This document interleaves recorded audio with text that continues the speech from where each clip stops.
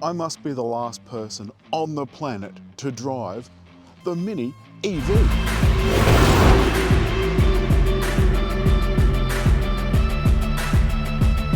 The yours is the same as BMW individual, so it gets a bunch of extra stuff.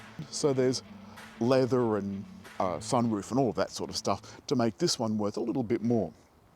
It is pure EV and it will charge at a maximum of 50 kilowatts. BMW says this is a city car, and so it has city car range.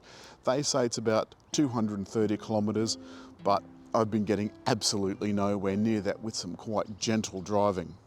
It's got these natty 17-inch wheels, and I absolutely adore the Union Jack, which is split between both the taillights.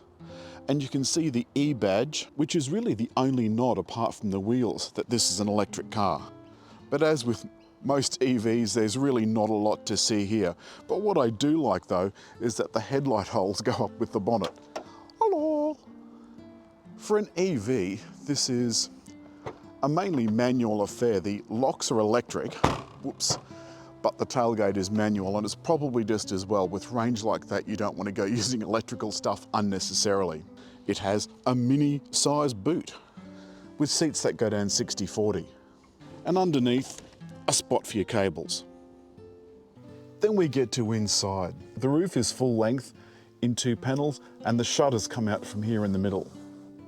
The heads-up display that pops up out of the dash, and this neat little semi-LCD monitor, driver's monitor, is actually attached to the top of the steering wheel.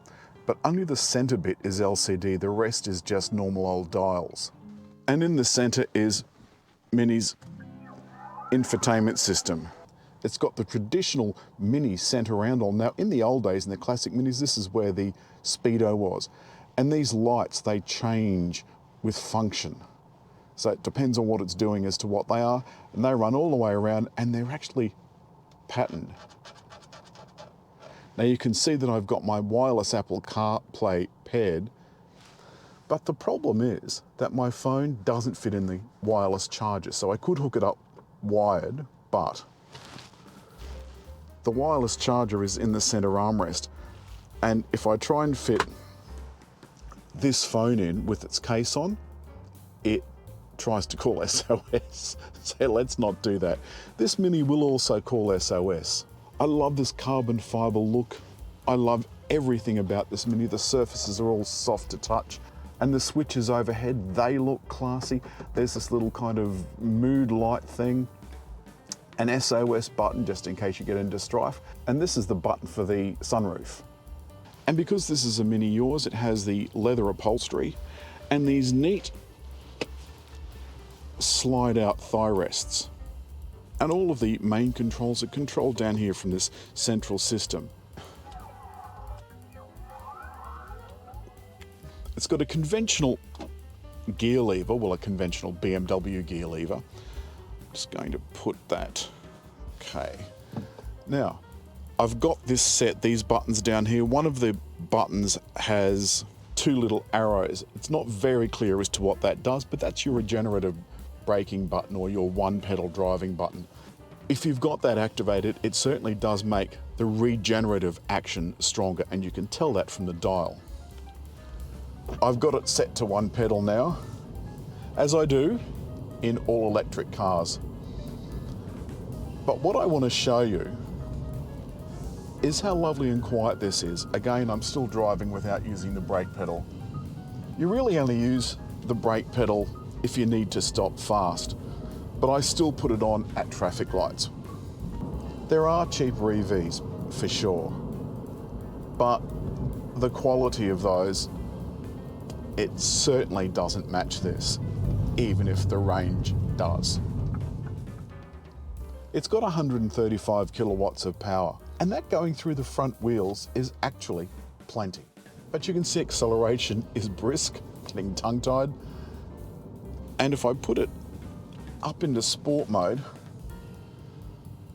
my range has dropped to 92 kilometers. So with each downward motion, so down to mid, down to eco, down to eco plus, it added 3 to 4 to 5 kilometers. I'm taking you to where I normally charge, and I say this because of an experience that happened the other night. And because 75% of the city of Sydney live in strata, in other words, in apartment blocks, they don't have access to a power point. Now, you saw those things in the boot. You can plug those into a normal three-phase socket. The only place that we can go for charging is our local shopping centre, which is right next to Audi's headquarters. Outside Audi's headquarters, there's a Charge Fox, which is 60 cents per kilowatt hour. In the shopping centre itself, there are further Charge Fox outlets, which the Charge Fox app says are vacant and available. And by available, I mean working. Now, this can only charge to a maximum of 50 kilowatts, so there's absolutely no point in paying more to charge at a faster charger because it won't charge the car any faster. And this takes about half an hour to get from 10% to 80% on a 50 kilowatt charger. That's quite a long time. The maximum it'll take for the lower chargers is 11 kilowatts, and that's going to take you even longer. Here I am at East Village Shopping Centre in Zetland. I think they call it Victoria Park. It's the name of the development. I'm going into the car park now, and there's nowhere here that tells me car park operating hours.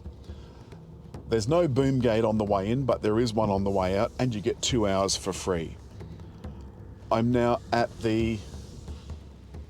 Yep, there's nothing on the evening rate to tell me that I have to be out at a certain time, only that the charging rate says in by 6 and out by 12:30.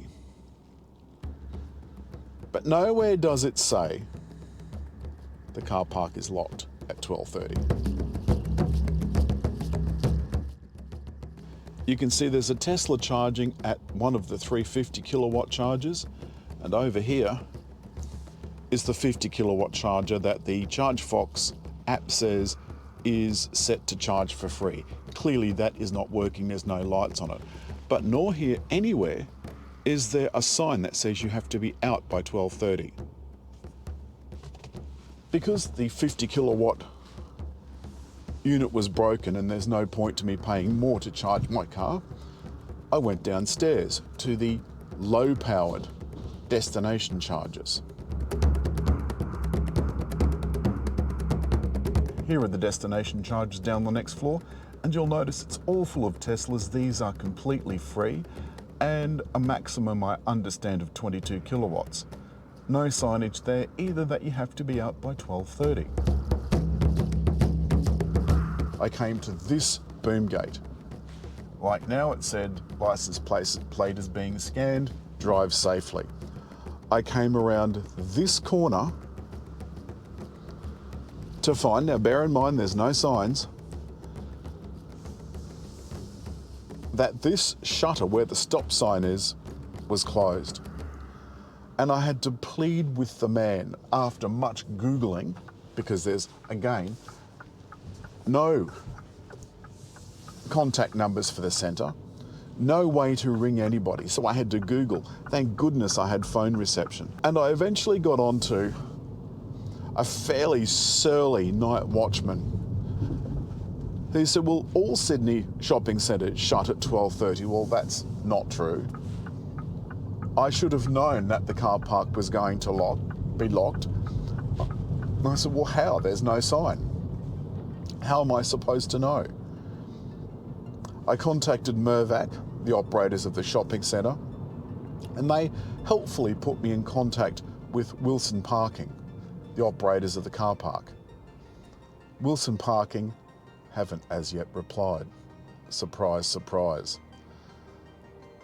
Some car parks clearly haven't noted that if you're there after a certain time, the car park is locked and it costs you X number of dollars to get out, $100 or whatever, which seems to me to be ridiculous. Nonetheless, this particular car park has no such notification, nor does it have a notification that the door is actually locked, only when the charging finishes. So you could reasonably assume that there's no charging after that between 12:30 and 6 o'clock when the car park starts charging again. that it's free. Why wouldn't you assume that? There's apartments above it. It's a perfectly reasonable assumption. It'll be interesting to see what happens when Wilson Parking gets back to me, if they get back to me. That's all this week from the Mini EV. I've loved this car. It is so much fun, and it is aimed at a particular pocket for a particular use. So no point saying it's not a highway car, it's not a this, it's not a that. It is what it is. As always, hit like, leave a comment, and just there to subscribe.